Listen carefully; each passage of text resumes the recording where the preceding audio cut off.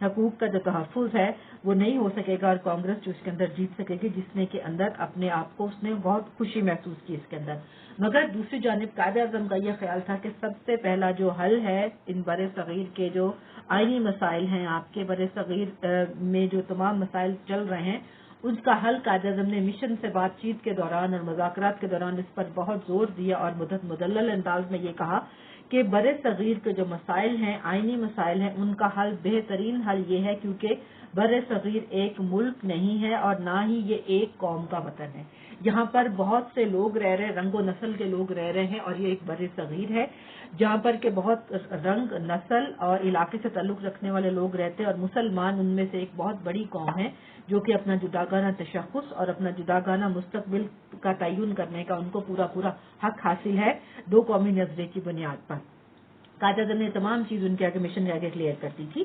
اس کے بعد ہم بتاتے کہ کابینہ مشن نے ان تمام بات چیت مذاکرات کے بعد کچھ تجاویز پیش کی تھیں جو کہ ہم درج ذیل ہیں، جنہیں ہم کریں گے، اور یہ بہت امپورٹنٹ ہے۔ ان میں سے آج ہم سب سے جو پہلی تجویز ہے وہ یہ تھی کہ انڈین یونین، کہ ہندوستان کو ایک یونین کی شکل دی جائے گی، بر صغیر کو ایک یونین کی شکل دی جائے گی، اور یونین میں کیا کیا چیزیں شامل ہوں گی؟ نمبر 1، یونین میں صوبے اور بہت ساری ریاستیں شامل ہوں گی، اور اس کے تحت کیا کیا جائے گا، تشکیل کیسے اس کی دی جائے گی یونین کی؟ اس کے اندر ایک وفاق ہوگا، ایک وفاق بنایا جائے گا،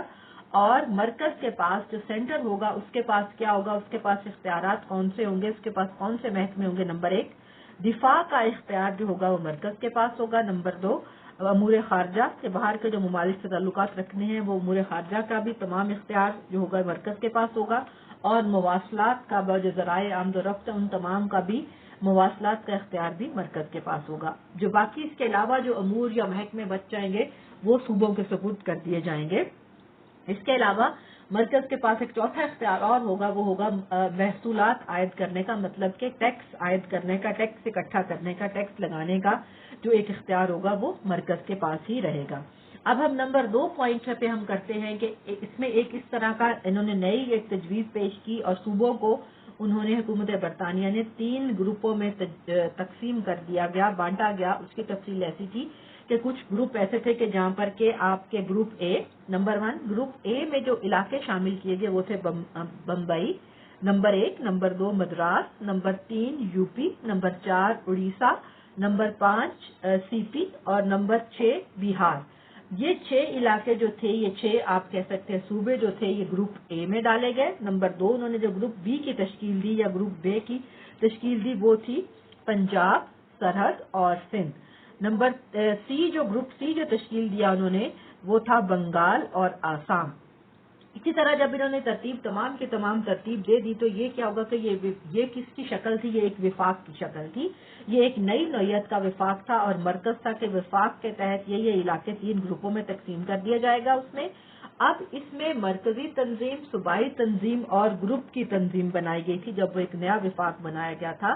اب اس کے اندر یہ جو صوبائی گروپ تشکیل دیا گیا، اس کے اندر مرکزی تنظیم نمبر 1، نمبر 2 صوبائی تنظیم، نمبر 3 گروپ کی تنظیم بنائی گئی تھی۔ اب مرکز اور صوبوں کے اختیارات تو کابینہ مشن میں واضح کر دیے گئے، مرکز کے بھی اختیارات اور صوبوں کے اختیارات بھی کابینہ مشن نے واضح طور پر کلیئرلی بیان کر دیے،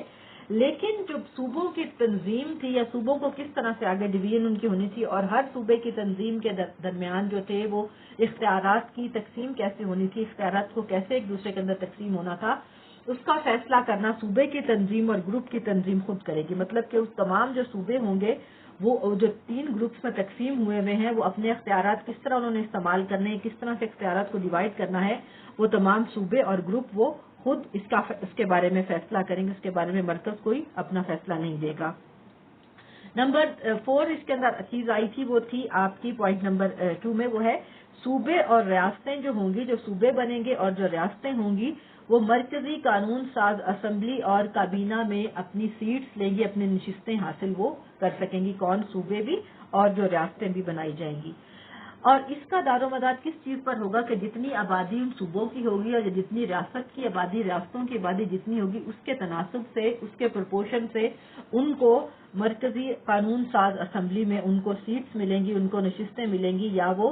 ہر جو صوبہ ہوگا اس کو نمائندگی کا حق کس کی بنیاد پر ملے گا، اس کی آبادی کے تناسب سے اس کو وہ حق دیا جائے گا۔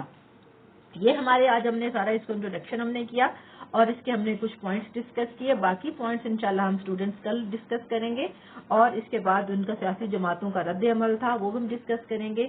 یہ جو ٹاپک آپ کا کابینہ مشن پلان 1946 کا جو ہے ٹاپک ہے بہت آپ کا امپورٹنٹ ہے اور میں امید کرتی ہوں کہ اسے آپ لوگ بہت اچھے طریقے سے پڑھیں گے. انشاءاللہ اس کو ہم باقی کو ہم کل کنٹینیو کریں گے.